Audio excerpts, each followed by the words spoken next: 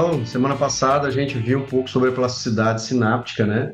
Começamos a ver sobre neuroplasticidade e essencialmente vimos os mecanismos de plasticidade sináptica, que são, na verdade, o mecanismo pelos quais no adulto acontece a neuroplasticidade.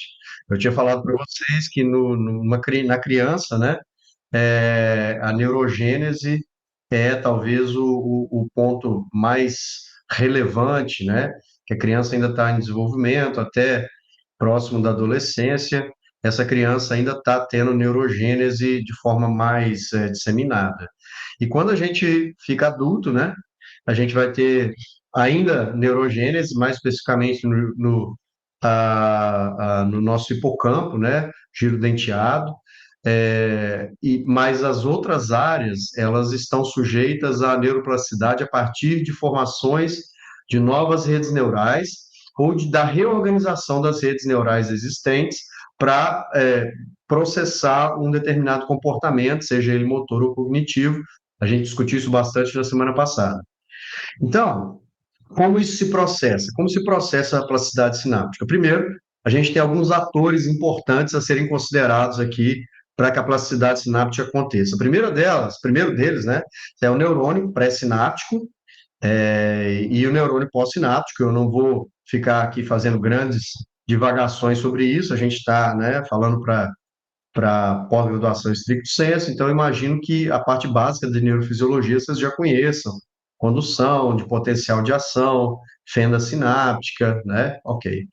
E nós temos aqui o glutamato, que seria um dos principais neurotransmissores do nosso organismo, talvez o neurotransmissor mais abundante, e um neurotransmissor que essencialmente é estimulante. Nós temos também os receptores, né, o AMPA, são receptores pós-membrana, né, perdão, de membrana no neurônio pós-sináptico, e são os mais abundantes também. E são eles que vão fazer o reconhecimento do glutamato, quando ele for liberado aqui na fenda sináptica, para que haja o processamento da continuidade do estímulo. Então, basicamente, o que a gente está tentando dizer é que isso aqui é uma comunicação. Estou tentando comunicar, né, o meu neurônio pré-sináptico com o meu neurônio pós-sináptico, é uma conversa que eles têm que ter. E quanto mais conversa eles tiverem, né, mais eles vão conseguir estabelecer esse elo de comunicação, né? E esse é um elo de comunicação essencial para que ocorra, como eu já disse para vocês, a neuroplasticidade no adulto. E a gente vai perceber que o final desse processo todo é que determina a plasticidade sináptica para que ela aconteça. Adicionalmente ao receptor mais abundante na membrana do neurônio pós-sináptico, nós temos um segundo receptor chamado de NMDA. Isso são siglas, né? Tem um nome grande. Por enquanto, vamos ficar nessas siglas aqui. Depois a gente pode ver um pouco mais para frente o nome, né, de cada um desses aqui. Não precisa gravar isso, claro. É importante que a gente entenda o processo. E a gente também tem aqui os íons de cálcio mais abundantes fora inicialmente, íons sódio mais abundantes fora também dos neurônios. E temos aqui os canais voltagem independente, eu não coloquei nome aqui, ficou faltando, mas os canais de voltagem independente de cálcio, tá? E aí a gente vai entender um pouco isso. Então, veja, quando chega o potencial de ação da membrana vindo do sistema nervoso central, esse potencial de ação vai vindo fazendo uma comunicação elétrica, nesse caso, né? E justamente para desencadear a comunicação química. Então, a gente diz sempre que a comunicação entre neurônios ela é eletroquímica, uma parte elétrica, que é justamente essa mudança do potencial de membrana é, no caso da condução até chegar ao axônio terminal, mas quando isso chega no axônio terminal, nós vamos ter aí uma inversão, não vai ser mais uma comunicação que é elétrica, mas sim uma comunicação química através de neurotransmissores. Pois bem, quando chega esse potencial aqui de ação, né, o estímulo vindo do sistema nervoso central, ele tem que ser passado na mesma magnitude para o próximo neurônio, para que se dê continuidade à comunicação entre as redes neuronais. Bom, muito bem. Uma vez que isso chega, isso ocasiona uma mudança na conformação das proteínas voltagem independente de membrana no neurônio pré-sináptico.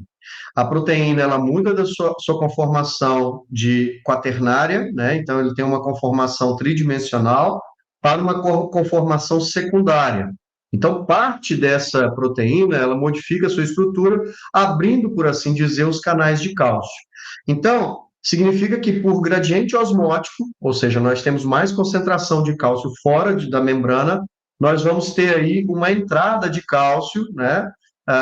E, obviamente, essa entrada de cálcio faz com que haja uma modificação no citoesqueleto, principalmente nessa região terminal do axônio, e o citoesqueleto vai literalmente empurrar, né, as vesículas contendo glutamato mais para próximo da membrana.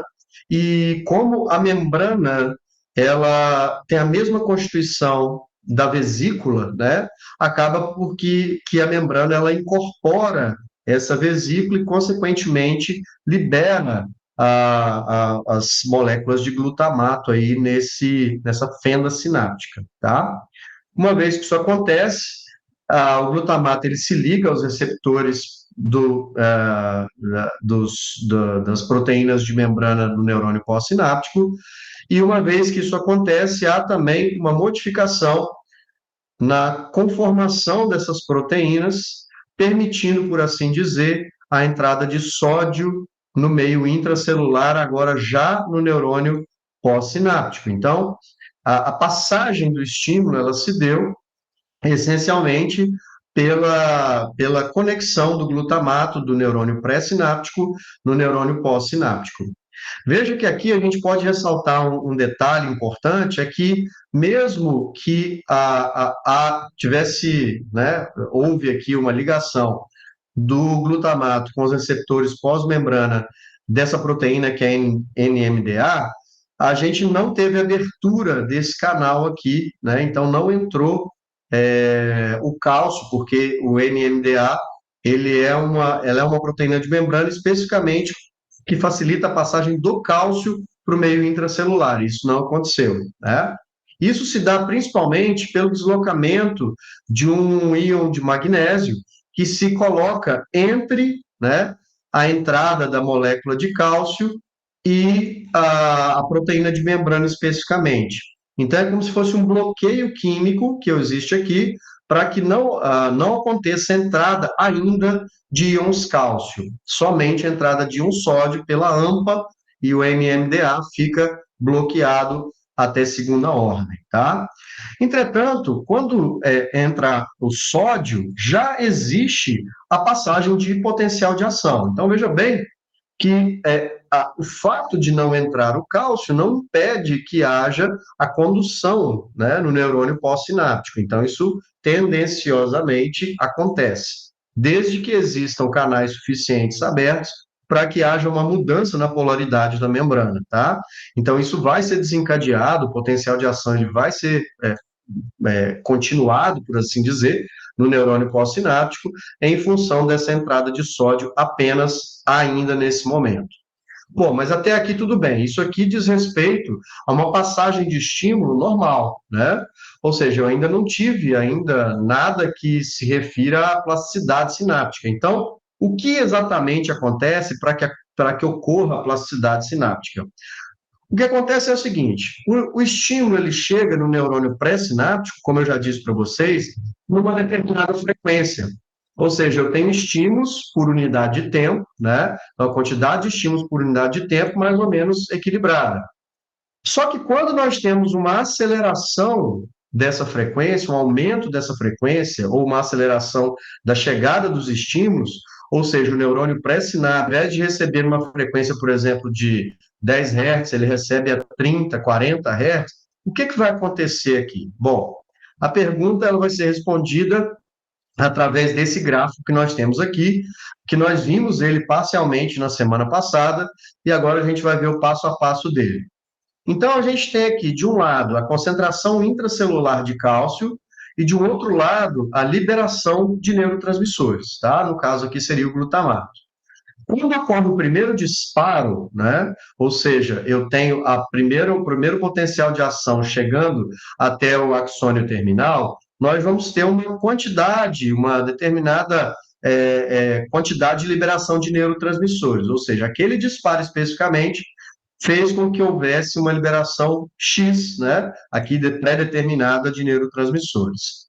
Obviamente, depois que ocorre o disparo, a tendência é que haja uma recuperação desse potencial de membrana pós-sináptica, ou seja, o cálcio que entrou nesse neurônio pré-sináptico, ele vai ser expulso, né? Porque nós já sabemos, ele entrou na célula em função de um gradiente osmótico, pelo aumento da concentração fora, pela concentração fora ser maior do que a concentração dentro desses íons, e agora, por assim dizer, um transporte ativo, esses íons vão ser retirados aqui do citoplasma do neurônio pré-sináptico. Entretanto, enquanto está havendo a recuperação, e a recuperação ideal seria que voltasse ao zero aqui.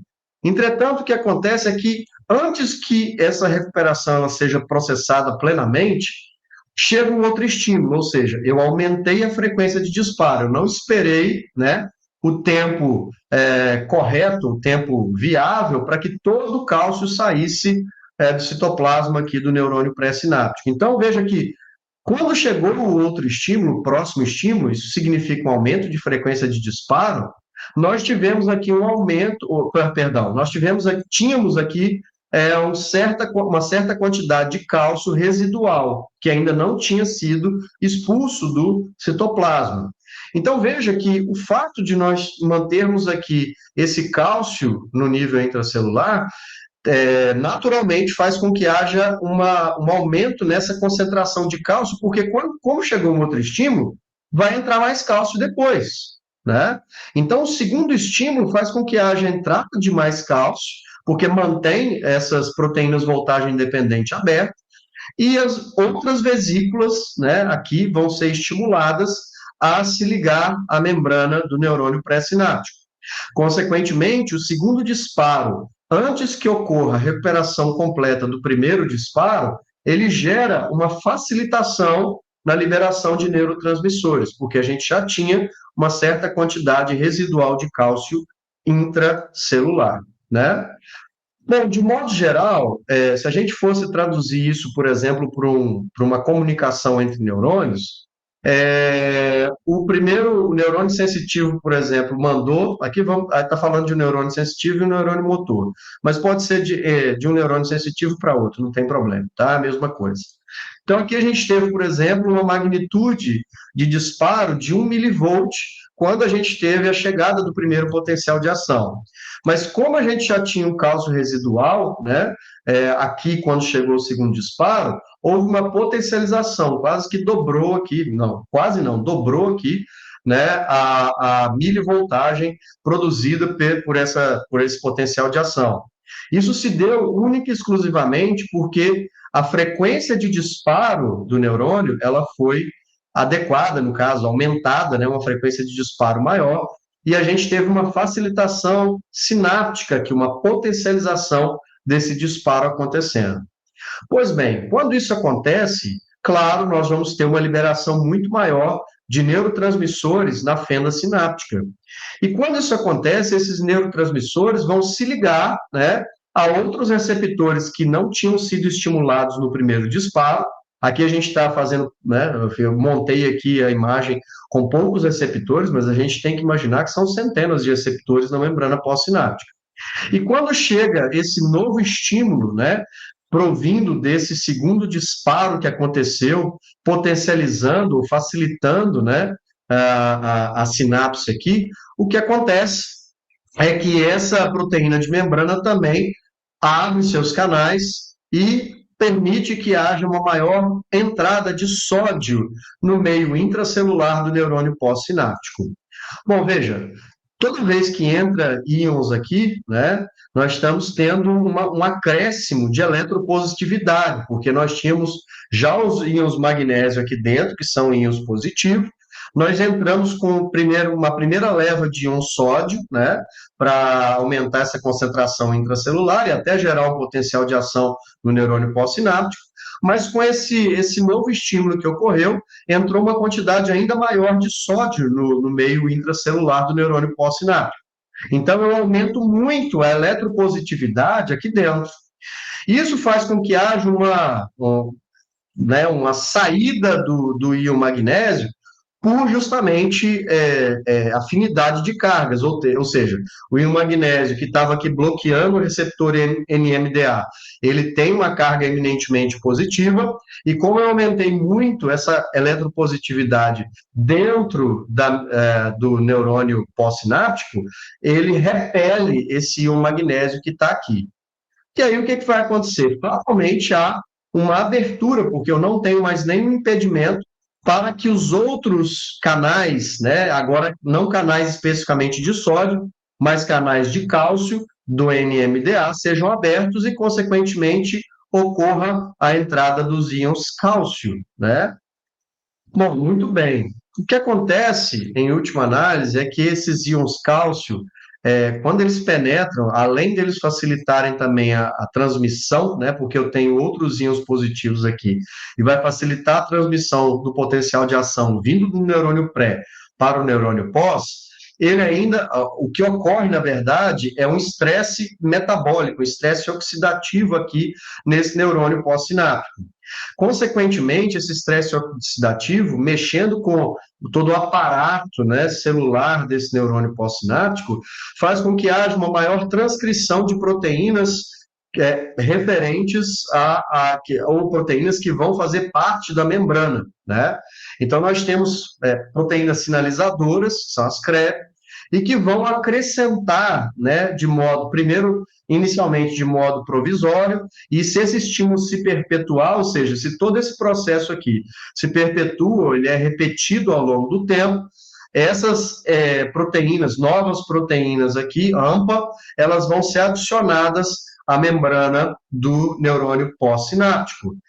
E justamente esse acréscimo, né, de proteínas que respondem aos neurotransmissores de forma imediata, que são as proteínas AMPA, a isso aqui nós damos o nome de plasticidade sináptica. De modo bem sintético aqui, a gente pode entender o seguinte: eu tenho um neurônio pré, um neurônio pós, e nós temos uma taxa de disparo, uma frequência de disparo aqui, e essa frequência de disparo ela é suficiente para estimular algumas vesículas, e, obviamente, se eu mantenho essa homeostase aqui, essa frequência de disparo, eu não vou precisar produzir novas proteínas no neurônio pós-sináptico.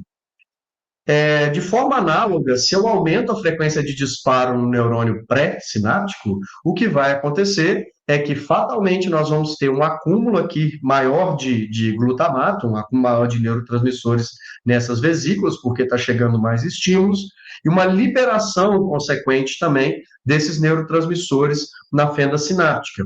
Esses neurotransmissores, em um primeiro momento, eles não fazem, né, não aumentam uma demanda real para que haja uma síntese proteica aqui. Mas se você repetir esse estímulo várias vezes, o neurônio pós-sináptico ele se vê obrigado a adequar o seu aparato, né, celular para receber esses neurotransmissores, entre aspas, aí, em excesso, que estão sendo liberados na fenda, né? Então, a plasticidade sináptica, eminentemente, ela ocorre quando eu aumento a frequência de disparo, eu aumento, consequentemente, a neurotransmissão e, em última análise, eu vou aumentar as proteínas AMPA na membrana do neurônio pré-sináptico.